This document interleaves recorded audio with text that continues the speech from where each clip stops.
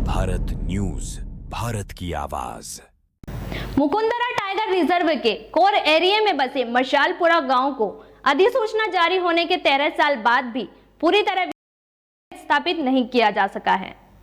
सरकार की तैयारी इस माह गागरोन रेंज में 3 टाइगर लाने की है, लेकिन खतरे के बावजूद करीब 1 दर्जन परिवार अपने घर और खेत छोड़कर बाहर नहीं जाना चाहते।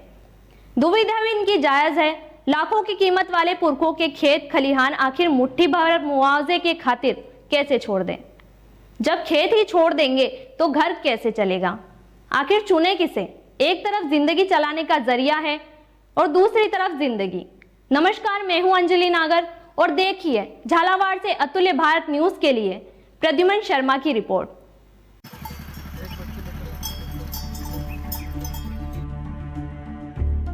मुकुंदरा के इसी वन क्षेत्र को सन 2012 के जनवरी में टाइगर रिजर्व घोषित किया गया था। तभी से सरकार की यहाँ बाघों का कुनबा बढ़ाने की कवायद चल रही है। पूर्व में 2 बाघों को यहाँ रिलीज भी किया गया था, जबकि 2 बाघ रणथंभौर और रामगढ़ से विचरण करते यहाँ आ गए थे, जिनकी कई दिनों तक इन गांवों के आसपास साइटिंग हुई। लेकिन बाद में इनमें से 2 बाघों सहित नवजात बच्चों की मौत हो गई। इतना होने के बाद भी कोर एरिया में बसे गांवों का पूरी तरह पुनर्वास नहीं किया जा सका। पुनर्वास प्रक्रिया प्रथम फेज में मशालपुरा और नारायणपुरा गांव है, जो कोर एरिया में बसे हैं। हालांकि नारायणपुरा में अभी कोई आबादी नहीं है, केवल लोगों के खेत ही इस राजस्व ग्राम में हैं। लेकिन समस्या मशालपुरा के दर्जन भर परिवारों की। समस्या है कि हमें मुआवजा ही नहीं दिया तो जाओ खाने से 3 बच्चों को लेकर कहाँ जाऊँ भाई? आदमी तो जोधपुर काम कर रहे हो, जमीन नहीं रहेगी, घर बार में सल्टा कर ले गया, वो पैसा दे ही नहीं रहा तो वहाँ कहाँ जाना मैं? ठीक है, घर नजार पड़ाना अचानक की। मुआवजा क्यों नहीं मिला आपको? मुआवजा ने तो कह दे गवर्नमेंट वाला ने तो उम्र कम है तो कागजात तो देख सके। ये भी पूरी उम्र हो रही, 3 बच्चा है भाई, 1 हो 2 हो तो फिर भी कशा नहीं कशा कर रही सही। पर 1 लड़की 2 लड़का है, कहाँ रखा नाना है? तो उम्र का सर्टिफिकेट नहीं था क्या? उम्र का नहीं है था।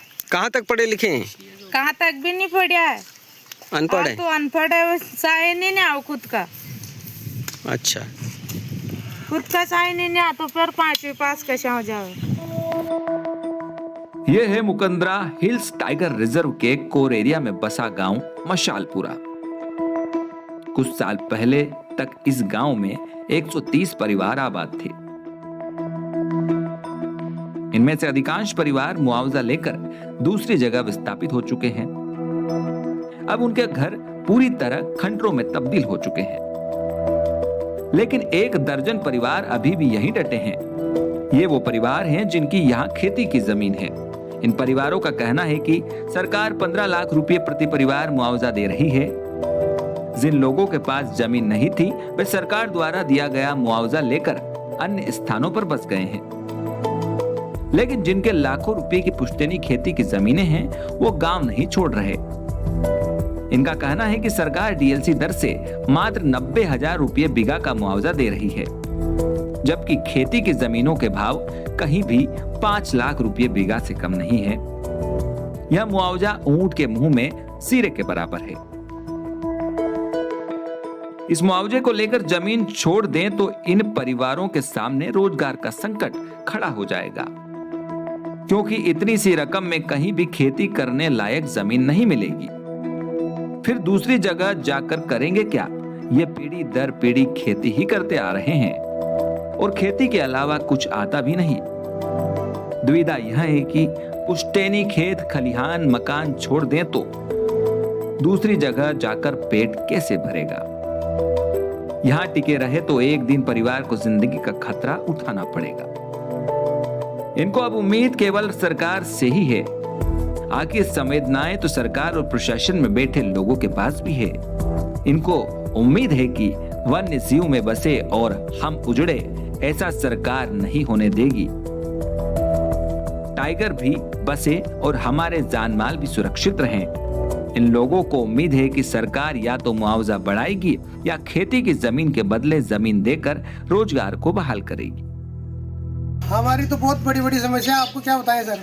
हमारे गांव में तो सर्वे करवा रहे ये वन विभाग वाले, ना हमें रोड दे रहे, ना हमें पानी की सुविधा। हमारे यहाँ पानी के लिए टंकी बन रही थी, वो भी बंद करवा दी उन्होंने, और ना रोड बनने देते हैं। बच्चों के पढ़ने में परेशानी आ रही है, ना ही हमारे कुछ ज़मीन खरीदने और बेचने के लिए इन्होंने रजिस्ट्री बंद कर रखी है। नामांतरण नहीं हो रहा, हमारे सारी सुविधा बंद कर रखी है। या तो हमें फ्री करें यहाँ से स्थापित करके, या फिर मना करें कि भाई आपको स्थापित नहीं किया जाएगा। तो हमें कुछ और आगे की सोचें।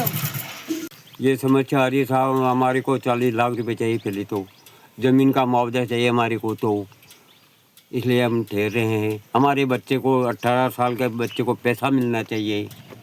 मुकुंदरा टाइगर रिजर्व के कोर एरिया में बसे हुए गांवों के लिए विस्थापन होना नहीं होना एक असमंजस और दुविधा भरा समस्या बनी हुई है। इन गांवों के लोगों को यहाँ से विस्थापित होना घाटे का सौदा नज़र आ रहा है। ठहरना खतरे से खाली नहीं दिखाई देता। समस्या ये है कि गांव के लोग ये कह रहे हैं कि यदि अब वो अपना ज़मीन और जायदाद, घर मकान छोड़कर बाहर विस्थापित होते हैं तो सरकार जो मुआवजे में दे रही है वो राशि उनके लिए ऊँट के मुंह में जीरे के बराबर है। लोगों का कहना है कि खेती के अलावा उनको दूसरा कोई काम आता नहीं है। ऐसी स्थिति में यदि वो अपनी खाते की ज़मीन और खेत खलिहान छोड़कर जाते हैं तो सवाल ये है कि बाहर जाकर वो अपना पालन पोषण कैसे करेंगे। और यदि यहाँ रहते हैं तो इसी सत्र में सरकार यहाँ पर 2 टाइगर और बढ़ाने की योजना बना रही है। रहते रहें तो इस क्षेत्र में उनके लिए रहना जान से का खतरा है, और यदि यहाँ से चले जाते हैं तो माल का खतरा है। एक तरफ जान है, एक तरफ माल, दुविधा में है। और सरकार इस विस्थापन की जो गति है, सरकार के विस्थापन की जो गति है वो काफ़ी धीमी है। मुकुंदरा हिल्स टाइगर रिजर्व के गागरोन रेंज में इसी माह टाइगर का जोड़ा लाने की तैयारी है, जिसकी कवायद जोरों पर है। यहाँ अभी तक रणथंभौर से टाइगर लाए गए हैं, लेकिन इस बार क्रॉस ब्रीडिंग को ध्यान में रखते हुए मध्य प्रदेश के बांधवगढ़ या महाराष्ट्र की ब्लड लाइन से क्रॉस मैच करते हुए ब्रीड को आगे बढ़ाने की योजना है, जिसके चलते इसी साल इस क्षेत्र में टाइगर लाए जाएंगे। दूसरी ओर पूर्व में बाधिन MT4 की टेरिटरी इस क्षेत्र में रही है। ग्रामीणों का कहना है कि मशालपुरा और लक्ष्मीपुरा के तालाब में पानी की पर्याप्त उपलब्धता और काली सिंध, आहू नदियों के पास होने के कारण कई बार MT4 की साइटिंग हुई थी, लेकिन बाद में उसकी मौत हो गई। इस बार वाइल्ड लाइफ प्रशासन मुस्तैद है, चेक पोस्ट बनाए जा रहे हैं और एंटी पैचिंग कैंप के प्रस्ताव स्वीकृति के लिए भेज रखे हैं। अभी मुकुंदरा में ऊपर से आ रहा है कि टाइगर बहुत जल्दी महाराष्ट्र से और कहीं दूसरी जगह से यहाँ पर 3 टाइगर का आने का है अभी। तो हम जैसे पहले भी मशालपुरा में टाइगर रहा है, तो ये कोर क्षेत्र में है और टाइगर के लिए प्राकृतिक निवास है, तो बहुत संभावना है कि इस बार रेंज गागरोन में भी मशालपुरा एरिया में टाइगर को छोड़ा जा सके। और इसके लिए ऊपर हमने उसके सॉफ्ट इनक्लोजर का और भी कई तरह के कार्य, जैसे मंडी वाला गेट पर एक बिल्डिंग का निर्माण, जिसपे परमानेंट 24 आवर उसकी मॉनिटरिंग चेक पोस्ट पर आ जाए और पूरी किसी अवैध चराई हर चीज़ पर नियंत्रण किया जा सके और लोगों के अवैध आवाजाही को भी रोका जा सके। मुकुंदरा में तो टाइगर की दहाड़ जारी है। उस तरफ भी एक फीमेल और एक मेल टाइगर घूम रहे हैं और इस तरफ भी जो एनक्लोजर है बट उसमें एक टाइग्रेस लाके छोड़ दी गई है। अभी जो वन विभाग के अधिकारियों से बात हुई, भविष्य में भी यहाँ पर 3 टाइगर और आने हैं, तो शायद महाराष्ट्र या मध्य प्रदेश के जंगलों से कहीं से लाके जाएंगे जब भी संबंधित अथॉरिटी से इनको जानकारी मिलेगी। जहाँ तक विस्थापन का सवाल है, हमारा सिर्फ एक गांव है मसालपुरा जहाँ से विस्थापन करना है, उसमें 4 परिवार अभी शेष हैं। उनसे हमारी वार्ता भी की गई है, मीटिंग भी की गई है। उनमें से कुछ लोग सहमत हैं और कुछ लोग सहमत नहीं हैं, तो हमारी कोशिश रहेगी कि सबको सहमति बना करके और उस एरिया से जो कोर एरिया है उससे उनको बाहर लाया जाए। राज्य स्तर पे भी अभी माननीय मुख्य सचिव महोदय की अध्यक्षता में एक बैठक हुई है, उनमें भी विस्थापन से संबंधित जो भी समस्याएं हैं उन पे विस्तार पूर्वक विचार विमर्श किया गया है और आशा करते हैं कि कोई न कोई इसका समाधान निकलेगा और मुकुंदरा में जो शेष परिवार है उनका विस्थापन सुनिश्चित किया जाएगा। झालावाड़ से अतुल्य भारत न्यूज के लिए ब्यूरो रिपोर्ट प्रद्युमन शर्मा। और इसी तरह की क्षेत्रीय खबरों के लिए बने रहिए अतुल्य भारत न्यूज के साथ। नमस्कार। राष्ट्र सर्वोपरि, जनता दरबार, सामाजिक सरोकार, राजनीति की फिरकी, देश सेवा का जज्बा,